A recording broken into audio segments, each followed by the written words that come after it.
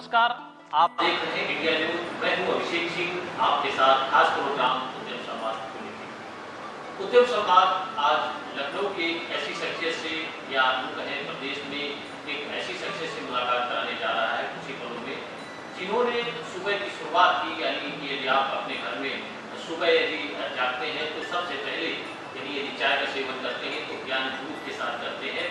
हमारे साथ खास मेहमान है इस कार्यक्रम में और पूरे अगले कुछ ही पल हम उनके साथ पूरे उनकी कहानी पर चर्चा करेंगे, किस प्रकार से उद्योग उन्होंने लगाया और आखिरकार किस मुकाम पे है। ज्ञान डेयरी के एमडी जय अग्रवाल जी हमारे साथ। Sir thank you Abhishek ji. Sir, सबसे पहला आपसे सवाल यही है कि आपने कुछ ही वर्षों में आपने 17 करोड़ की जो कंपनी थी, आज उसका टर्नओवर 1000 करोड़ का है। ये मुकाम आपने कैसे पाया? देखिए, एक तो कुछ हम लोगों ने इनोवेटिव थॉट प्रोसेस अप्लाई किया इस चीज़ में, और इसके अलावा कुछ हमारी जो डेस्टिनी थी, कुछ हमें भगवान की कुछ ऐसी कृपा थी कि उन्होंने हमें ईस्टर्न यूपी के इस एरिया में, जहाँ पर कि लोग जनरली जाते नहीं थे और ये सोचते थे कि ये बिज़नेस अच्छा नहीं है यहाँ के लिए डेयरी का और कंजम्पशन नहीं है, वहाँ पर हम लोगों ने इसे सेटअप किया। और इस वजह से हमें एक नॉन कॉम्पिटिटिव एटमॉस्फेयर मिला। कंपटीशन कम होने की वजह से और कुछ हमारे जो प्रोडक्ट्स थे उनकी क्वालिटी की वजह से हम लोगों को ये बेनिफिट मिला और हम लोगों को आगे बढ़ने का रास्ता आसान रहा हमारे लिए रहते। क्या कहेंगे जय अग्रवाल जी, चूँकि जिस प्रकार से कोविड में दिक्कतें रहीं 2 वर्षों में पूरा देश देख रहा है, उत्तर प्रदेश में ज्ञान दूध को लेकर सप्लाई में कोई बाधा आई हो, या हम व्यापार की बात करें तो कितना उसमें आर्थिक नुकसान रहा या फायदा रहा, क्या रहा कोविड काल में ज्ञान के साथ? कोविड काल में सप्लाई में तो कोई बाधा नहीं आई। सरकार ने कई जगह ये इंश्योर किया कि एसेंशियल्स की सप्लाई प्रॉपर बनी रहे और दूध की सप्लाई पर तो काफ़ी फोकस था, तो इस वजह से हम लोगों को कोई दिक्कत नहीं आई। लेकिन कंजम्पशन ज़रूर कुछ क्योंकि होटल, रेस्टोरेंट, केटरिंग, ये वाले जो व्यवसाय थे ये पूरी तरह से बंद थे।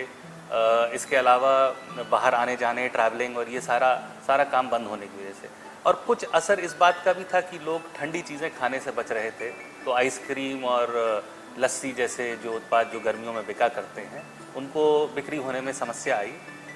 लेकिन मैं ये देख रहा हूँ कि सेकेंड वेव के कम हो जाने के बाद से और सावन के महीने में ख़ास तौर से कंजम्पशन वापस प्री कोविड लेवल्स पे आ गई है और इसलिए अब कोई खास समस्या नहीं। जी अग्रवाल जी, आप युवा हैं और युवा की जो शक्ति होती है, सोचने की, जो काम करने की एक अलग सी एक पावर होती है, क्या कहेंगे उद्योग में यदि बात करें डेयरी उद्योग की, यूपी में कितनी अच्छी संभावना है और क्या अपना फ्यूचर देखते हैं? यदि ज्ञान की खासकर बात करें तो ज्ञान ने अभी तक की यदि बात करें तो जिस हिसाब से अपनी शक्ति का इस्तेमाल किया है, पावर का इस्तेमाल किया है, काफ़ी लोगों को रोजगार दे रहा है, लेकिन अब ज्ञान आगे आने वाले वर्षों में क्या नया क्या लेके आने वाला है?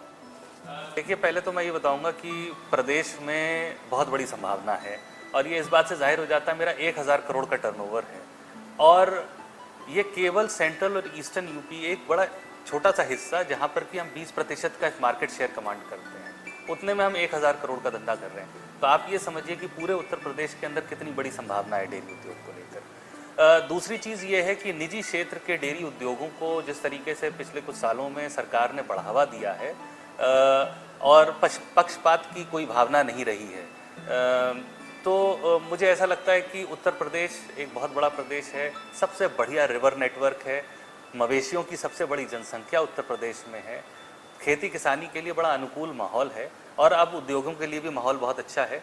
तो इसको देखते हुए डेयरी ट्रेड के लिए बहुत बड़ी संभावनाएं हैं उत्तर प्रदेश में।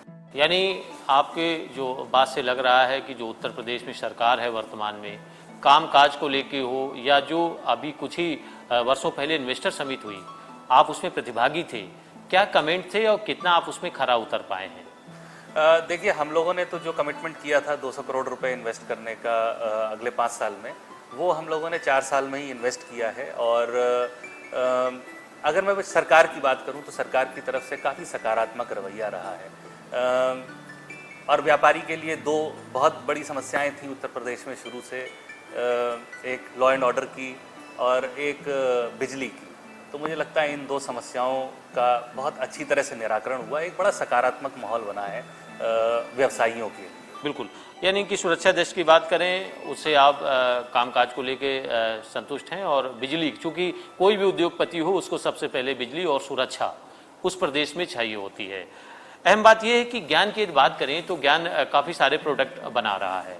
ज्ञान की जब आपने शुरुआत की उत्तर प्रदेश में, कितना चैलेंजिंग था, चूँकि उत्तर प्रदेश में उस समय और भी दुग्ध की कंपनियां थीं, बड़ी कंपनियां जो कि अभी भी हैं, तो कितना इसको लेके आप चैलेंज स्वीकार किए और अब स्थिति क्या है, ज्ञान कहाँ तक पहुँचा है, कंपटीशन पे किस रेस पे है?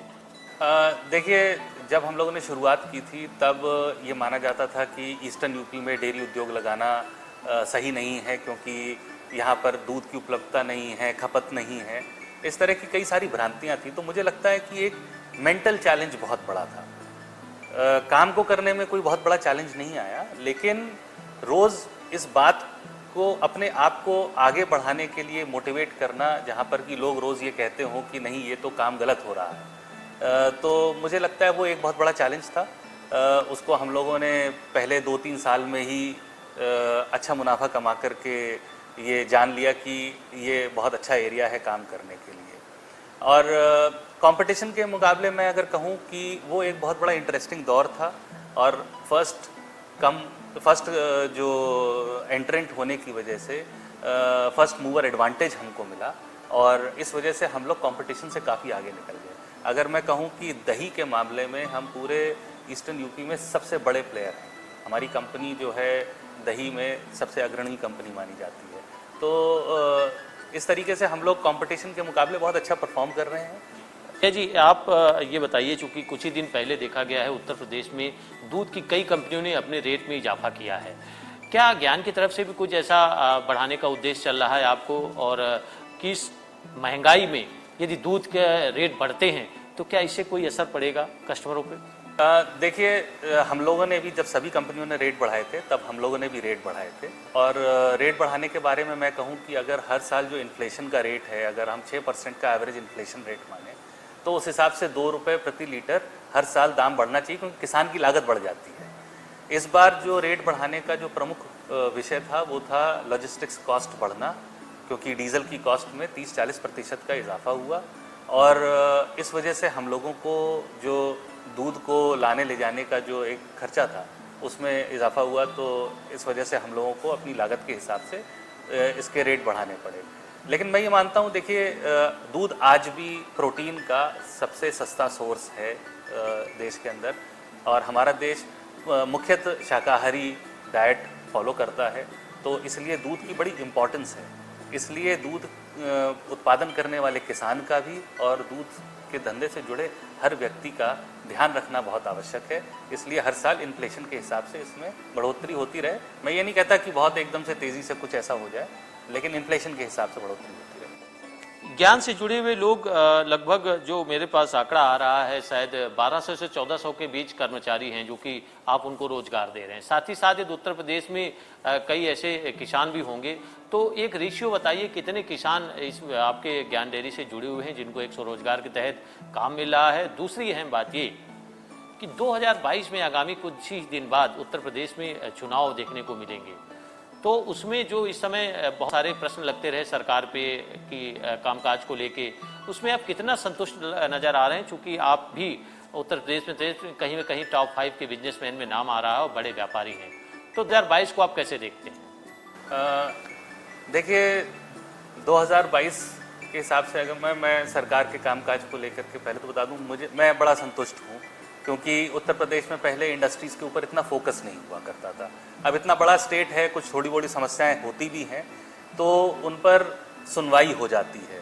उद्योग बंधु जैसी संस्था जो पहले बिल्कुल हम लोगों को पता ही नहीं था उसके बारे में, इतनी इनएक्टिव संस्था हुआ करती थी, उस संस्था का इतना एम्पावरमेंट हो गया है कि आज अगर मैं कहीं पर कोई अपनी शिकायत लिख करके देता हूँ तो मेरी शिकायत पर निस्तारण होता है, उस पर एक्शन होता है।